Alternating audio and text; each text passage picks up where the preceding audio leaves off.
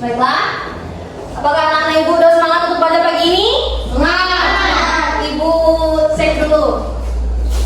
Tepuk semangat. Dan dan ding ding ding, dum dum dum, dan ding ding ding, dum dum dum. Say aha aha man, aha semangat pagi. Oke, semangat pagi ya. Baiklah, kita langsung saja masuk kepada pembelajaran hari ini. Hari ini kita belajar apa? Tentang coding dan kecerdasan artifisial.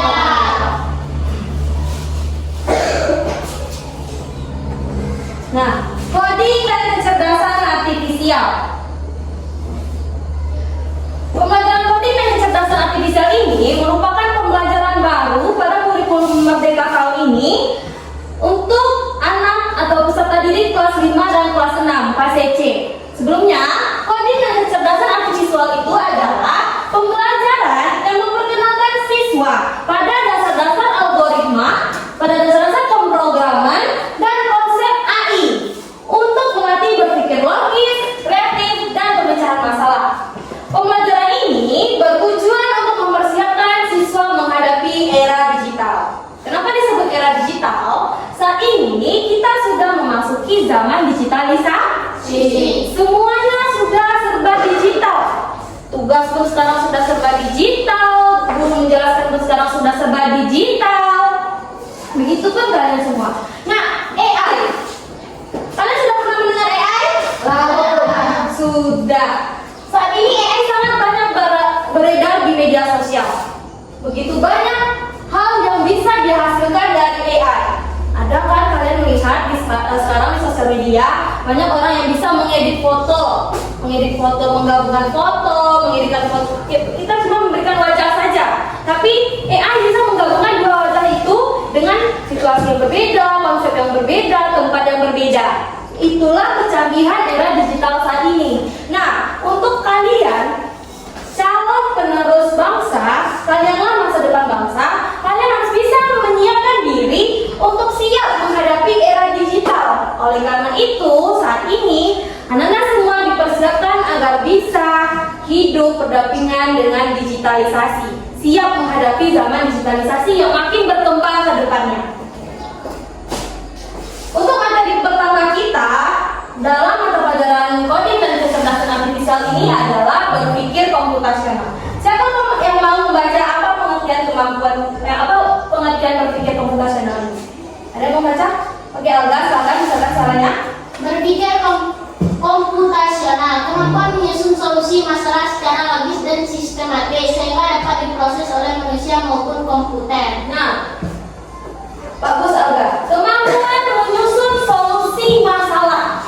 Ini yang harus kita garis bawahi, yaitu solusi masalah secara logis, masuk akal, dan sistematis, terurut, terarah. Logis ini artinya masuk akal, bisa kita kerjakan.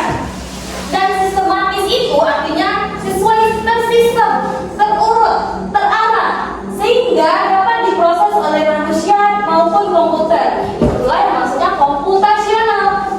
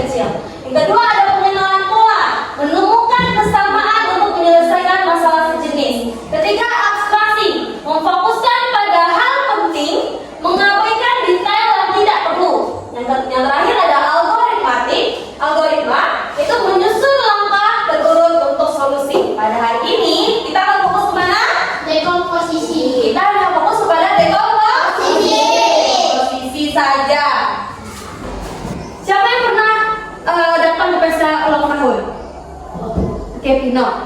Untuk menciptakan suatu pesta ulang tahun yang sempurna, pasti kita memerlukan perencanaan yang matang. Iya kan? Ya. Nah, dalam pesta ulang tahun kira-kira apa yang harus dipersiapkan? Oke, ini misalnya pesta ulang tahun. Apa yang perlu dipersiapkan? Amplop, Undangan, hadiah, kado. kado atau hadiah. Itu untuk kita yang datang. Misalnya kita yang punya ulang tahun, Karin. Misalnya Karin besok akan merayakan ulang tahun. Karin akan membuat pesta ulang tahun yang besar. Itu masalah kita hari ini adalah pesta ulang tahun. Kira-kira apa yang perlu kalian persiapkan? Undangan. Kado. Kado ini nanti untuk orang. Apa lagi? Makanan. Masa iya tamu datang ke rumah kita, ke pesta kita tidak ada makanan? Kue. Bagus, hiasan atau dekorasi. Hiasan atau dekorasi. Nah, untuk undangan ini nanti akan kita rinci lagi ke bawah. Undangan, berapa buah undangannya akan kita buat? 30. Berapa buah? Untuk makanan, apa makanannya? Kue. Misalnya ada kue, Ada aluminium. minum, Lotek. lotek. Nah, nanti kita rinci lagi. Sisanya hiasan atau dekorasi apa yang kita perlukan? Balon. Apa lagi? Lampu. Apa lagi? Topi. Topi ulang tahun. Nah, apa? Pita. Bagus juga. Nah, ini termasuk konsep berpikir komputasional. Yang mana nanti kita punya masalah, akan kita rincikan masalah itu menjadi bagian-bagian yang lebih kecil. Berpikir komputasional itu membagi masalah menjadi rincian-rincian kecil, sehingga masalah tersebut menemukan solusi yang mudah untuk dikerjakan. Paham sampai di sini anak ibu? Oleh karena itu, tujuan pembelajaran kita hari ini adalah menerapkan dekomposisi untuk memecahkan masalah kompleks menjadi bagian-bagian yang lebih kecil. Ya, sama seperti yang Ibu jelaskan tadi, kita mempunyai masalah yang kompleks, yaitu masalahnya pesta ulang tahun. Anggi duduknya lebih baik. Oke, apa tadi masalah kompleks kita? Pesta Ulang tahun. menjadi bagian-bagian yang lebih kecil. Apa bagian-bagian yang lebih kecil dari pesta ulang tahun? Undangan. Ada undangan, apa lagi? Makanan, apa lagi? Hiasan. Hiasan. Apa artinya dekomposisi itu tadi? Pemecahan masalah. Apa? Pemecahan masalah. Pemecahan masalah. Nah, kenapa harus dekomposisi dalam memecahkan masalah itu? Pertama, masalah besar jadi lebih mudah dipahami dan diatasi. Kedua, kita bisa fokus menyelesaikan satu persatu bagian. Contohnya tadi, pesta ulang tahun itu adalah masalah yang lebih besarnya. Satu persatu bagiannya itu yang undangan, makanan, hiasan. Kita selesaikan satu persatu bagiannya. Terakhir, hasil akhirnya menjadi lebih rapi dan terarah. Oke, Ibu kasih satu lagi contoh dekomposisi.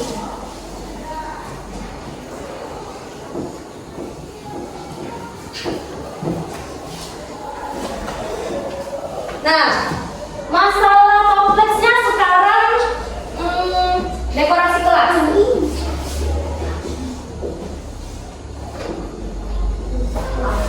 Ini masalah kompleksnya. Masalah besar jadi lebih mudah dipahami dan diatasi. Ini masalah besarnya. Kita pecah masalah besar ini menjadi bagian-bagian kecil. Apa yang pertama? Lem. Membagi tugas. Pembagian tugas terlebih dahulu. Apa lagi? Alat. Alat dan bahan. Alat. Oke,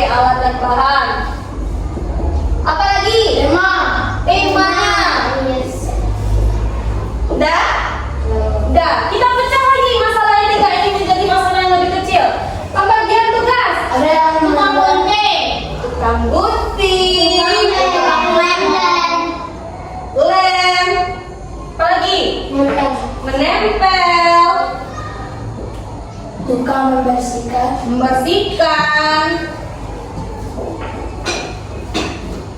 Nah, selanjutnya masalah kecil, masalah menengah yang kedua, alat dan bahan.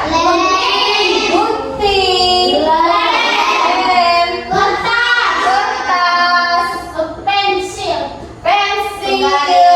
penggaris, penghapus, banyak ya. Nah, terima. Pohon atau tumbuhan berarti ya, bunga, hewan, banyak berarti kan? Nah, kenapa harus ekonomi posisi? Masalah besar jadi lebih mudah dipahami dan diatasi. Masalah besar kita apa tadi? Dekorasi kelas. Kita bisa fokus menyelesaikan satu persatu bagian. Dekorasi kelasnya masalah besar. Kita pecah menjadi masalah yang agak menengah. Ada 3 masalah menengahnya: pembagian tugas, alat dan bahan, tema. Nah, pembagian tugas yang 3 ini tadi kita rinci lagi menjadi bagian yang lebih kecil, yaitu ada alatnya apa, lem, tukang lem, alatnya gunting, kertas, seperti itu. Makanya dekomposisi ini dalam kehidupan sehari-hari sangat kita perlukan. Dengan membiasakan dekomposisi, kalian menjadi terbiasa berpikir logis dan berpikir sistematis. Logis apa artinya tadi? Masuk akal. Sistematis itu apa? Terurut, terarah, tersistem. Nah, kalau seperti ini, cara kalian kerja, perencanaan kalian itu menjadi terarah dan tersistem. Oke. Selanjutnya ada ice breaking. Tapi sebelum ice breaking, ibu mau melihatkan video tentang decomposition terlebih dahulu. Pengenalan computational thinking. Hai teman kece, coba tebak apa artinya computational thinking atau berpikir komputasional? Adakah yang bermata jeli dan melihat kata komputasional di sini? Jadi mungkin ada hubungannya dengan komputer ya? Iya, betul sekali. Jempol buat kamu yang sudah menebak dengan benar. Berpikir komputasional adalah proses berpikir untuk menyelesaikan masalah dengan efektif dan efisien. Dalam ilmu komputer, proses berpikir ini dilakukan sebelum mulai menulis coding atau pemrograman. Jika sudah direncanakan dengan baik, maka coding yang ditulis akan sesuai dengan kebutuhan dan dapat diselesaikan dengan cepat dan tepat. Tapi ternyata berpikir komputasional juga bisa dilakukan tanpa komputer dan tanpa internet loh. Malah sebenarnya kita pun sudah menerapkannya dalam kehidupan sehari-hari, mulai dari membuat gigi, mencatat tugasan pelajaran, hingga menyiapkan tas untuk sekolah besok. Wah, kalau kita sudah bisa menerapkannya setiap hari, berarti kita semua sudah mahir dong. Belum tentu. Contoh-contoh kami kan menerapkan berpikir komputasional pada masalah yang sederhana. Masih banyak nih masalah yang lebih kompleks, seperti misalnya mengatur keuangan bulanan, apa yang harus dilakukan kalau kamu tersesat di tempat baru, hingga memilih jurusan dan karir. Lalu yang lebih penting lagi, ketika kamu dewasa nanti, kamu akan menghadapi era industri 4 dan bahkan 5.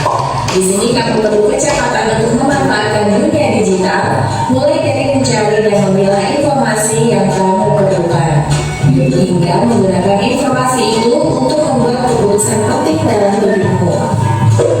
Menghadapi masalah kompleks kehidupan di masa sekarang dan masa depan ini mirip seperti merencanakan coding yang sudah dibahas sebelumnya. Kuncinya adalah memahami masalah dengan tuntas dan mencari cara menyelesaikan yang efektif dan efisien.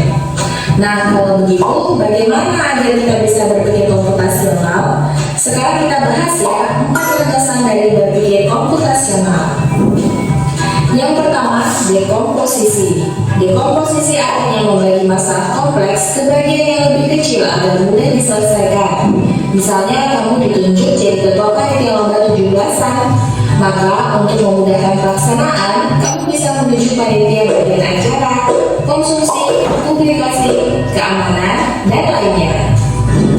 Yang kedua, mengenal pola. Artinya mencari kesamaan dan pola di antara bagian-bagian masalah kompleks yang sudah dikerjakan. Misalnya, kamu tidak melipat dan menyimpan jemuran di rumah, maka kamu perlu bisa mengenali jemuran milik ayah, ibu, kamu, adik, dan milik bersama seperti spray, handuk, dan lainnya.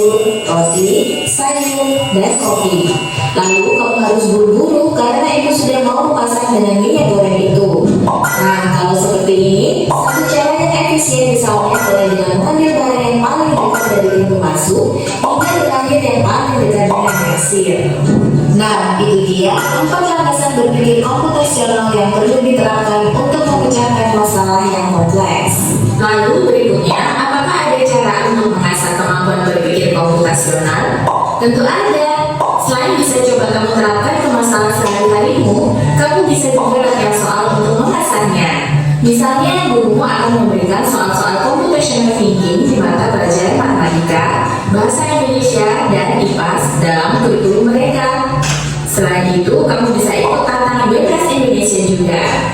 Yuk coba simak satu contoh soal computational thinking. Dalam bis studi wisata, ada 3 kelompok anak yang akan diantarkan ke 3 tujuan berbeda.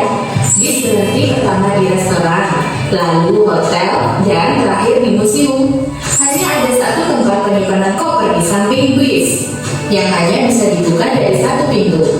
Sopir bis ingin mengatur koper-koper penumpang hingga mudah dikeluarkan. Lalu supir bis menentukan urutan memasukkan koper-koper itu ke dalam tempat penyimpanan. Pertanyaan, koper kelompok anak yang mana yang dimasukkan terakhir? A. Anak yang ingin pergi ke museum. B. Anak yang ingin pergi ke restoran. C. Anak yang ingin pergi ke hotel. Atau D. Yang manapun boleh. Soal ini Apa jawabannya? B. Ini apa? Ini tanda apa? Ini tanda apa? Ini tanda apa? Museum. Pertanyaannya, koper kelompok anak yang mana yang dimasukkan terakhir?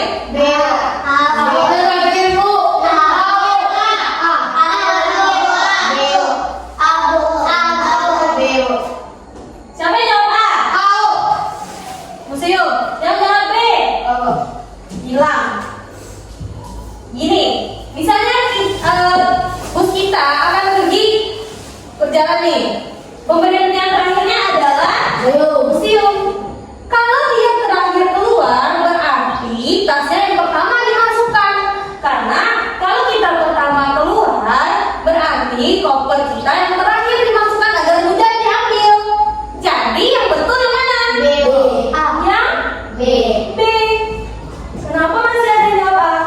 Nah, misalnya Farol akan pergi ke restoran. Tentu Farol turun pertama. Kalau Farol turun pertama, berarti Farol yang pertama kali mengambil koper. Kalau koper Farol pertama kali dimasukkan, otomatis koper Farol terletak paling depan atau paling belakang. Paling belakang bus itu. Nah, payah kan mengambil koper Farol kalau Farol pertama kali turun. Makanya yang pertama kali turun itu pasti kopernya yang paling di depan, yang mudah diambil. Kalau di museum pasti kopernya jauh di dalam, yang terakhir diambil. Kalau terakhir diambil berarti itu pertama kali dimasukkan. Yang terakhir dimasukkan adalah koper yang akan turun pertama kali, yaitu ke restoran. Paham? Ini diadaptasi dari challenge.bebas.org. Kalau kamu tahu, coba ya dijawab di kolom komentar. Kejar cinta, kejar ilmu, raih cita.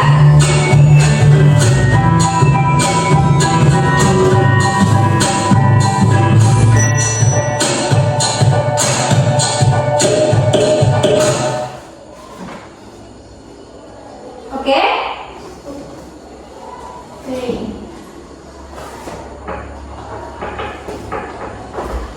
Sudah mulai paham tentang berpikir komputasional? Bagian komposisinya? Tapi sebelum kerja kelompok, ibu mau kita ice breathing dulu. Silakan anak-anak ibu keluar dari mejanya sebelah sini. Oke, seperti itu.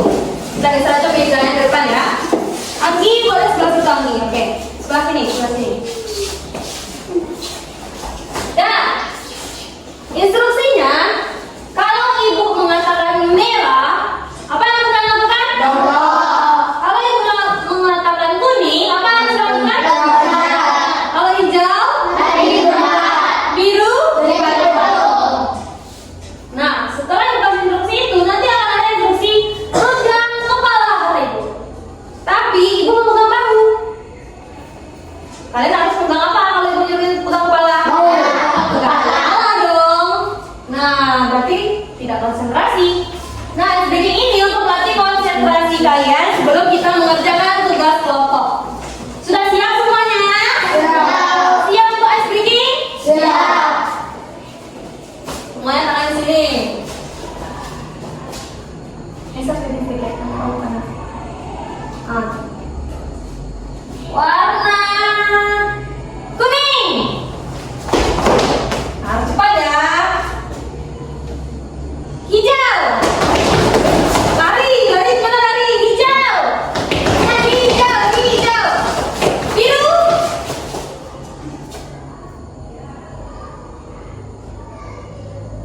Merah.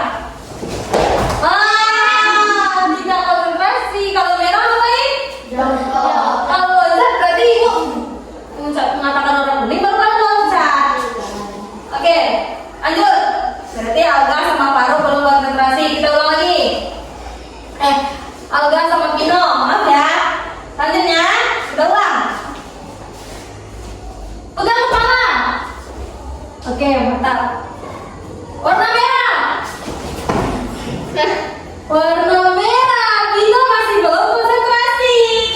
Oke. Warna kuning. Oke, mantap. Hijau. Biru. Merah. Merah. Oke, Alga, kalau merah ngapain? Kalau kuning? Nah, kalian berdua masih belum konsentrasi. Kita ulang sekali lagi, berdiri. Lakukan warna hijau.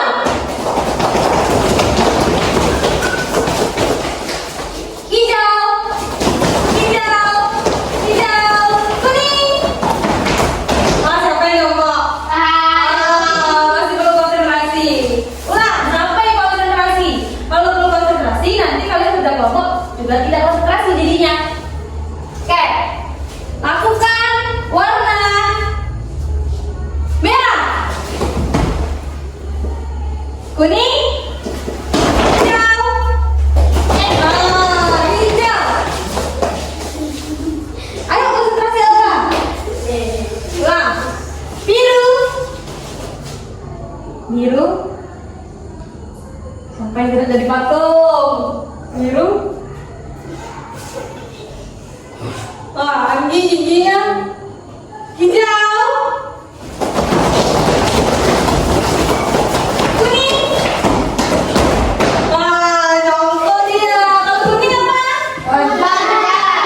Kita loncat. Sekali lagi. Harus konsentrasi. Karena topik kita tentang dekomposisi, makanya kita juga tentang dekomposisi. Di sini ada soal pecahkanlah masalah berikut menjadi bagian-bagian kecil. Karena dekomposisi apa tadi? Pemecahan Masalah yang kompleks menjadi bagian-bagian yang kecil. Oke, sesuai di sini. Maka kerjakan berkelompok. Ya, berkelompok. Tulis nama kelompoknya di sini. Nah, tulis nama kelompoknya di sini. Kalau ada ini ditanyakan, silakan tanyakan ke ibu. Boleh, silakan tulis nama kelompoknya dan berdiskusi. Ya, ini ada masalah besarnya. Habis itu kita pecah menjadi masalah menengah. Nah, berarti dari masalah menengah ini ke masalah yang lebih kecil. Oke. Kelompok 2 gimana? Ini Bu. Udah, berarti dari masalah besarnya udah dipecah menjadi masalah yang lebih menengah, masalah kecil. Oke. Pokok satu, udah sampai mana? Rencana liburannya. Ini apa? Ini tempatnya tadi. Berarti tempat dibikin apa? Masalah lebih menengahnya dulu tempat. Kalau bukit tinggi itu kan sudah menjadi masalah yang lebih kecil. Berarti ini di sini tempat atau lokasi. Di sini transportasi. Baru dipecah. Transportasinya mau pakai apa? Mau pakai mobil kah, motor kah, pesawat kah? Oh, berarti transportasi. Ini untuk yang ibaratnya ini masalah yang lebih yang kecil tapi agak menengah. Rencana liburan, tempat, kendaraan, perlengkapan, terus apa lagi? Masalah menengahnya dulu, baru dipecah ke masalah kecilnya. Berarti kau ulang ya? Nah, kasihkan kerja kelompok kalian. Siapa kelompok yang mau tampil sekali dulu? Oke, sekarang depan. Abis kelompok minum kamu siapa? Berurutan aja ya, Sino kalian. Yang masuk namanya apa? Nama, Imas, nama.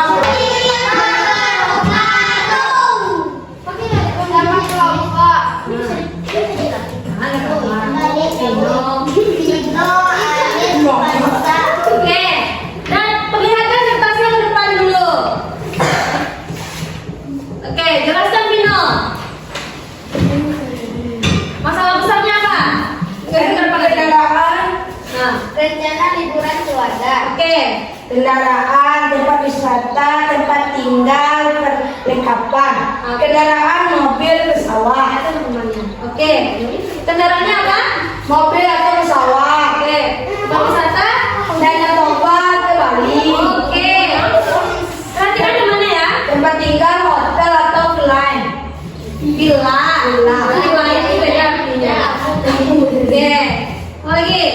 Perlengkapan, baju dan pakaian. Makanan atau uang dana untuk pergi hiburan. Oke, bentar. Sudah selesai? Nah, kenalkan nama kelompoknya. Assalamualaikum warahmatullahi wabarakatuh.